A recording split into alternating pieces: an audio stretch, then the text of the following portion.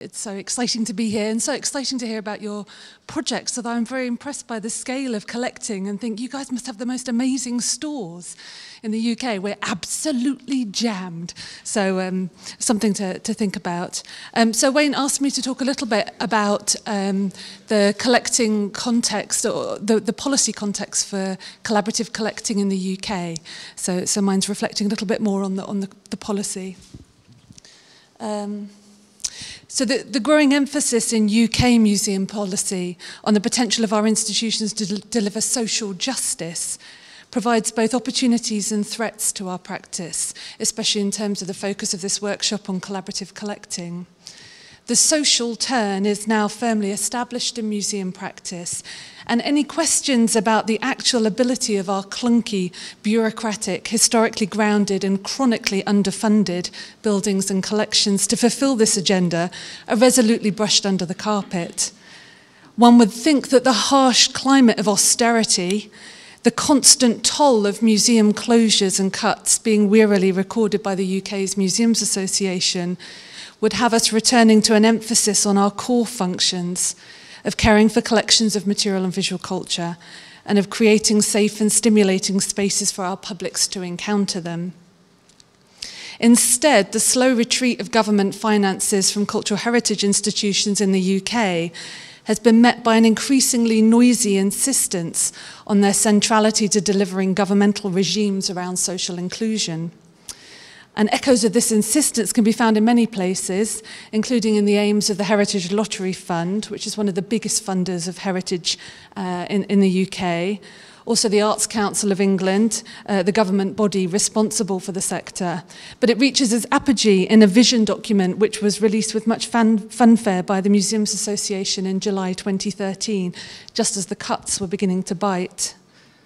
Museums Change Lives constitutes the UK Museums Association's vision for the increased social impact of museums. It, I quote, demonstrates that museums can be ambitious about their role in society.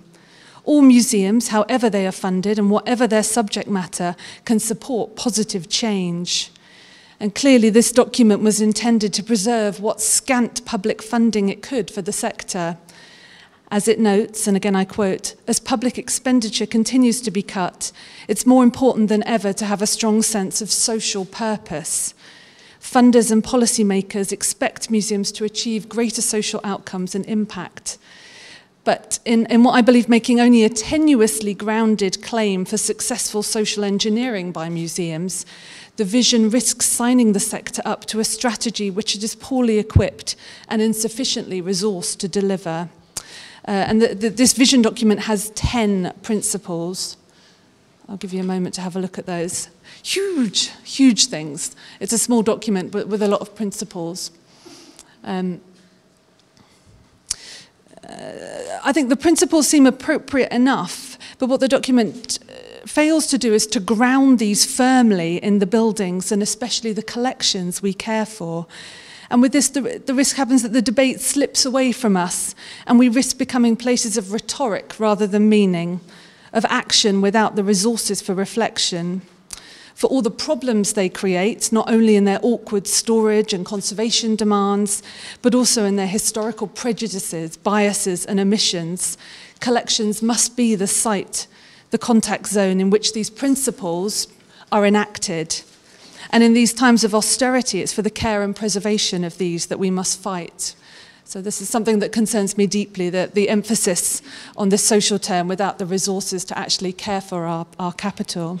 So I'm just going to briefly outline quite a small collaborative collecting project that I'm engaged in at my institution, Brighton Museum and Art Gallery, which is in the southeast of the UK, which is seeking to enact these principles within the context of a specific collection. So Brighton Museum, it's a local government-run museum service, and such museums form about 30% of the UK museum sector. Its World Art Collection, which is designated as being of national importance, includes about 13,000 objects from Africa, Asia, the Pacific and Americas, most acquired in the period 1860 to 1940, so very much largely within an imperial or colonial framework. The section's got a long-established interest in working with stakeholders of the collection, whether via local diaspora groups, a city-based Hindu women's group, individuals of dual heritage, or informal groups, such as recently one of Iranian students. But we also work with those outside Europe and the UK, including on the Burma-China border. In the past, these projects tended to be museum-initiated and driven, often short-term in focus and rarely sustained. But recent scholarship on participation in museums in the UK, such as... I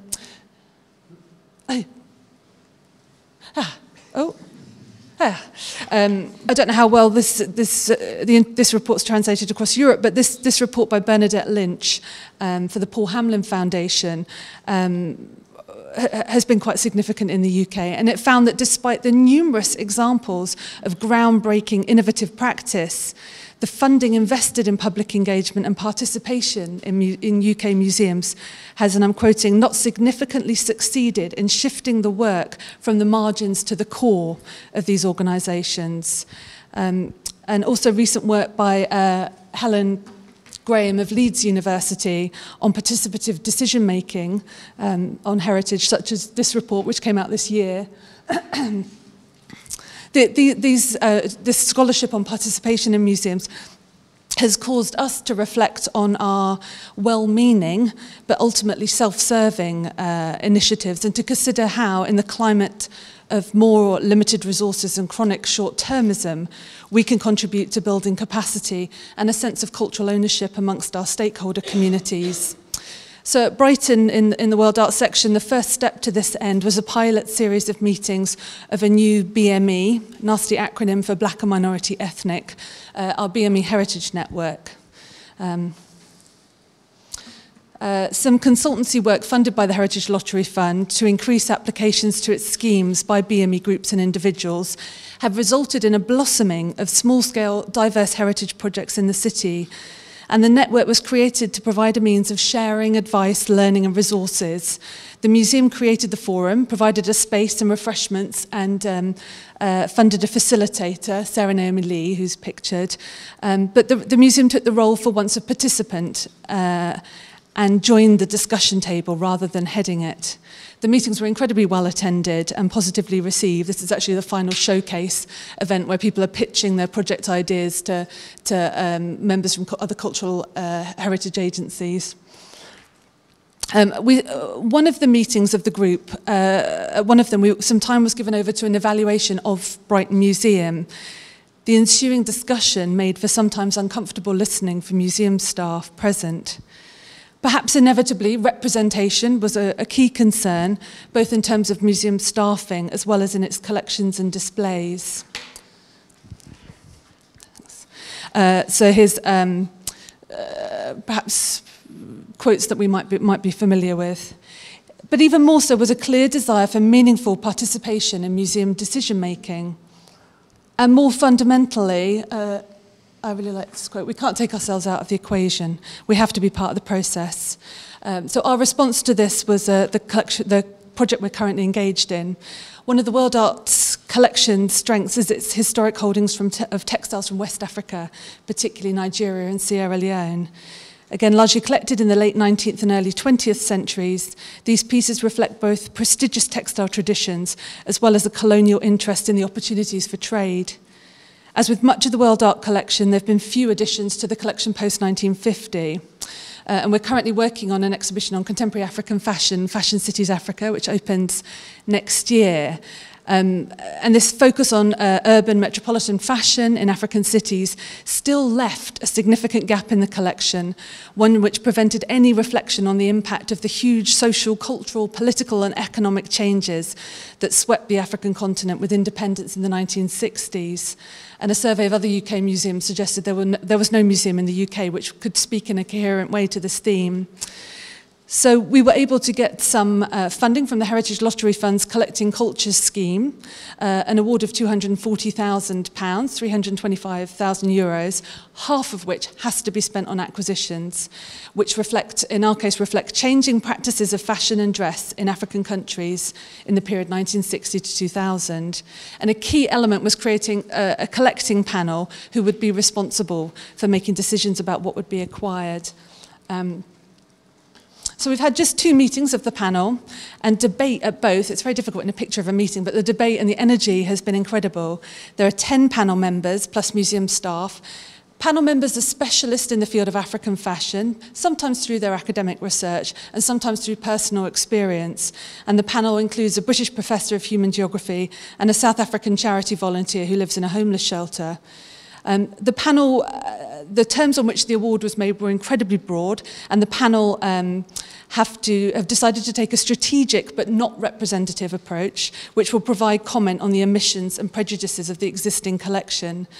Themes they're currently exploring include the macro-political, Pan-Africanism, struggles for independence, as well as the intimate, hair, skin, beauty.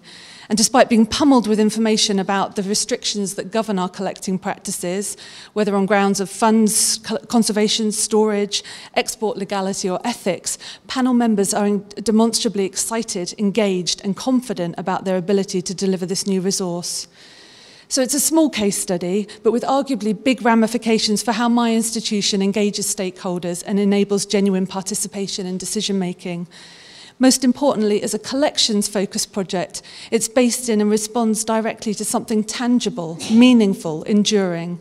Furthermore, in creating a space for a group of citizens in the context of the UK to enact their right to be involved in decision-making within a publicly funded organisation, it's also opening new debates about what it might have meant to be a citizen within emergent, independent African countries in the second half of the 20th century. Thank you.